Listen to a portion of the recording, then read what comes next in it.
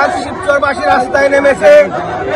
আমাদের সাথে যে অন্যায় হয়েছে, আমাদের যে নমিনেশন দিয়েছিল সেই নমিনেশন স্থগিত করে এমন একজন লোককে নমিনেশন যে ভোট শূন্য, জনগণ শূন্য, যার সাথে জনগণের সম্পৃক্ততা নাই, আন্দোলন সংগ্রামের সম্পৃক্ততা ছিল না, কার চক্রান্তে নমিনেশন দিয়েছে।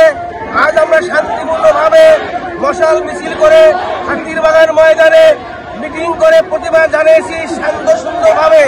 যেহেতু আমাদের মা ম্যাডাম খালেদা অসুস্থ, তাই আদারে শিবচরবাসী ঢাকা শহর হাইওয়ে বন্ধ করার চেষ্টা করেছিল। আমি সবাইকে বলছি দরকার নাই, আমরা মানুষের ক্ষতি চাই না, আমরা যানবাহনের ক্ষতি চাই না, আমরা শুধু আমাদের হাইকমান্ডের কাছে প্রতিবাদ জানাতে চাই।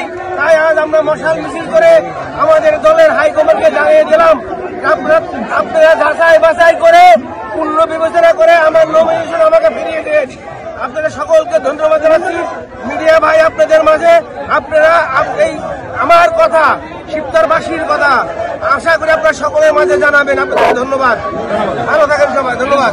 শিবচরবাসী আপনারা হাজারে হাজারে 50,000 লোক রহমান সাহেব আপনাদেরকে নমিনেশন দিয়েছিলেন, আবার আপনাদেরকে দিবেন, সময় আছে।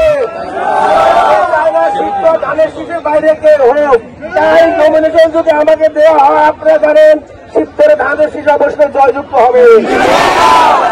তাকে নমিনেশন দিয়েছে, সে জনগণ শূন্য, তার শিবচরে কোনো কাজ নাই, শিবচরে মিছিল নাই, মিটিং নাই, একজন মহিলা মাত্র, তাকে আর কিন্তু ছোট শহর নয়, বাংলাদেশের একটি বৃহত্তম সিটি। শিবচরকে পূর্ণ বিবেচনা করে আমার নমিনেশন আমাকে ফিরিয়ে দেবেন। আজকে আমরা এই দাবি রাখলাম, যেটা আমাদের শিবচরবাসী চেয়েছিল, ঢাকা সিলেট হাইওয়ে, ঢাকা খুলনা হাইওয়ে বন্ধ করে দেবে, কিন্তু আমি করতে দেই নাই। আমি চাই না কোনো মানুষের ক্ষতি হোক, যানবাহনের ক্ষতি হোক। আমরা সুন্দরভাবে শুধু প্রতিবাদ জানিয়েছি আপনাকে, আমার দলের নেতাদেরকে।